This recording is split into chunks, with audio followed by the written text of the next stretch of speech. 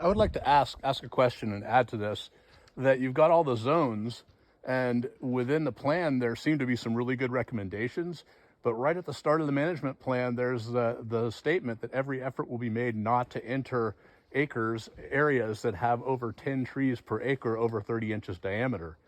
And that's there. It is right there, every effort. It doesn't say it's prohibited, but if you look at pretty much all the timber harvest plans that are on the table in the western part of Jackson, and then you look at the end of the management plan that has the tree density map, it shows that all these timber harvest plans are in those areas.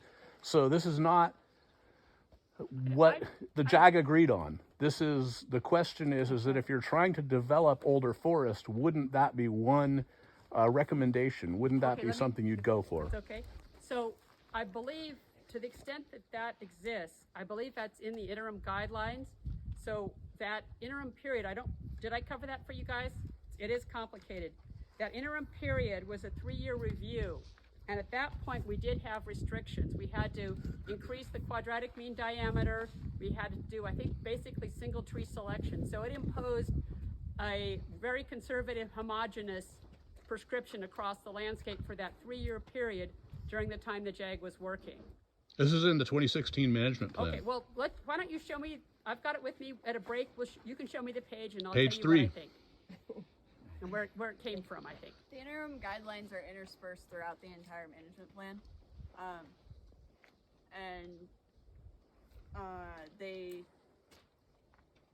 Those were where those restrictions were. And then once we pass that review period, those interim guidelines go away, but they're still in the management plan for prosperity's sake. So that way we can say, this is what happened in our past and this is where we are now.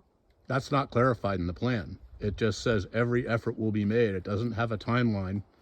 It just says every effort will be made. Let's move on, and we'll certainly look at that.